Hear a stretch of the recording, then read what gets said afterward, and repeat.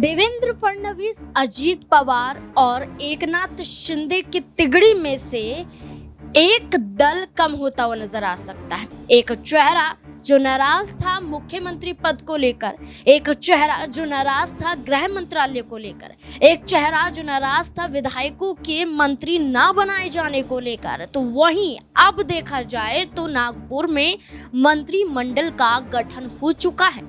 39 विधायकों ने मंत्री पद की शपथ ली, जिसमें से एकनाथ शिंदे के 11 विधायकों ने मंत्री पद की शपथ ली। इस लिहाज से देखा जाए तो अजीत पवार अपनी कदम पीछे ही रखते हुए दिखाई दिए, लेकिन देवेंद्र फडणवीस के लिए, भारतीय जनता पार्टी के लिए एकनाथ शिंदे की बजाय अजीत पवार एक बड़ा चेहरा बनकर उभरे, क्योंकि अजीत पवार ने बगावत नहीं की। अब देखिए, जब मुख्यमंत्री बनने की बात थी तो अजीत पवार ने पहले ही कह दिया था कि हमारी पार्टी और मैं सीएम रेस से बाहर हूं, हमें तो सिर्फ उप मुख्यमंत्री पद से मतलब है, वो मिल जाना चाहिए।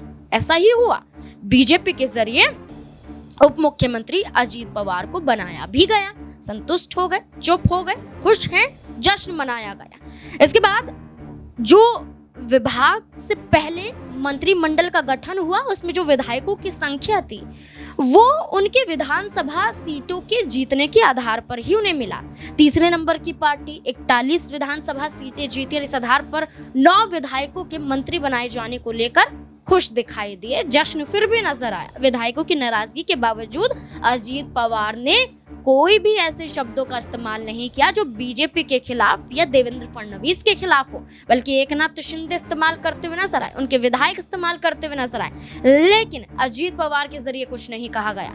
वहीं देखा जाए तो अजीत पवार को अब वित्त मंत्रालय भी मिल जाएगा। इस बात के संकेत मिल रहे हैं कि अभी जो कैबिनेट का विस्तार हुआ है और जिस तरीके से मंत्रालय बंटवारों की बात आ रही है, बीजेपी ने कह दिया है कि एकनाथ शिंदे को गृह मंत्रालय नहीं देंगे। जिद पर अड़े हैं तो अड़े रहने दीजिए, लेकिन गृह मंत्रालय नहीं मिलेगा। लेकिन अजीत पवार एक ही बार कहते हैं कि वित्त विभाग चाहिए, और खुशी खुशी बीजेपी के जरिए कहीं ना कहीं फैसला अंदर खाने में हो चुका है कि वित्त विभाग अजीत पवार को मिल ही जाएगा।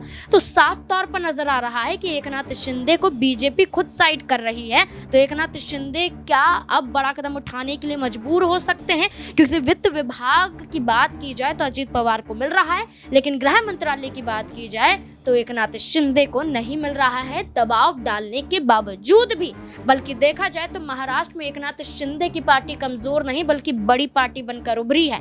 जब 2019 के दौरान उद्धव ठाकरे यहां पर चुनाव जीते थे तो हमने ये देखा कि उद्धव ठाकरे की पार्टी मात्र 56 सीटों को जीत पाई थी, लेकिन एकनाथ शिंदे जब अलग हटकर चुनाव लड़ रहे हैं उद्धव ठाकरे से, तब एकनाथ शिंदे की पार्टी 57 सीटों को जीत पाई है। तो ये मुकाबला देखा जा रहा है कि देखिए, आंकड़ा एकनाथ शिंदे की पार्टी का बढ़ रहा है और एकनाथ शिंदे मजबूत है महाराष्ट्र में, लेकिन बीजेपी उन्हें साइड कर रही है अजीत पवार के मुकाबले। देखना होगा एकनाथ शिंदे क्या इसके जरिए बागी तेवर आजमाते हुए नजर आएंगे या फिर नहीं। इस पूरे मुद्दे को लेकर अब आप क्या सोचते हैं, अपनी राय कमेंट सेक्शन में जरूर दें।